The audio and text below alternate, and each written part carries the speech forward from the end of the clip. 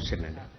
ఇప్పుడు పచ్చపత్రికలని చెప్పి మీరు విమర్శిస్తున్నటువంటి పత్రికల్లో ముఖ్యమంత్రి సంబంధించినటువంటి అనేక వార్తలు వస్తున్నాయి.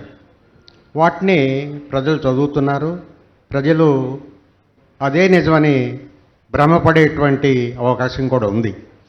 అటువంటి సందర్భాల్లో మరి ముఖ్యమంత్రిగా ఇప్పటి వరకు మన రాష్ట్రంలో ఒక్క ప్రెస్ మీట్ కూడా నిర్వహించలేదు జగన్మోహన్ రెడ్డి గారు. గతంలో ఏ ముఖ్యమంత్రి కూడా అలా చేయలేదు. ఎందుకని దాన్ని మీరు ఒక పాత్రికేయుడిగా మీరు ఆయన్ని ప్రెస్ మీట్ నిర్వహించమని సలహాలు కూడా ఎందుకు ఇవ్వలేకపోయారు?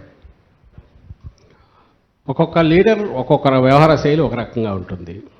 కొంతమంది ఎక్కువ పబ్లిక్లోనే ఉంటూ వాళ్ళ యాక్టివిటీ ద్వారా వాటి ద్వారా ఇవి చేసుకుంటూ వస్తారు. ఇంకా ఒక్కొక్కరు పనుల్లో మన చేతల్లో చూపిద్దాం అది అనుకుంటారు. జగన్మోహన్ రెడ్డి గారు జనరల్ ఇప్పుడు కాదు, మీరు అపోజిషన్లో ఉన్నప్పుడు పెద్ద నాట్ సో ఈగర్ పోయి మీడియాతో చెప్పాలని. ఆయన ఒపీనియన్ ప్రకారం ఏదన్నా మనం ఒకటి చెప్పేసరికి దాంట్లో చిన్నపాటి ఫ్లా ఉండకూడదు.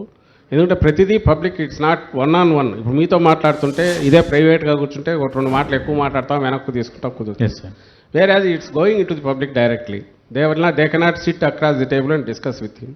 సో చెప్పేది స్పష్టంగా ఉండాలంటారు ఈరోజు కూడా. అందుకోసమే చిన్న పళ్ళు కామాతో సహా చూసుకుంటారు. అది అన్నిట్లో రిఫ్లెక్ట్ అవుతుంది. ఇది కూడా అంతే తప్ప దానికి ఏదో వేరే ప్రత్యేకమైన మీనింగ్ లేదు. ఆయన చేతలే ఆయన మాటలు అనుకోవాలి.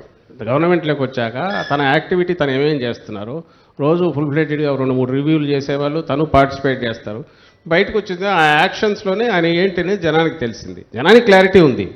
వీళ్ళు మధ్యలో వాళ్ళు దీన్ని క్రియేట్ చేయాలనుకునే అది పక్కకు తోస్తే ఆయన 10 మాటల్లో చెప్పలేంది ఒక యాక్షన్లో చూపించింది. జనం యాక్సెప్ట్ చేశారు. వాళ్ళ క్లారిటీ ఉంది. ఓ రాజకీయ నాయకుడికి పార్టీకి కావాల్సింది ఆ క్లారిటీ, ప్రజలకు కావాల్సిన క్లారిటీనే తప్ప ఓ సెక్షన్ ఆఫ్ మీడియాకో లేదంటే కొంతమంది వ్యక్తులకు కాదని గట్టిగా నమ్ముతున్నాం. ఆయన ఆచరణలో అది ప్రూవ్ కూడా చేశాడు.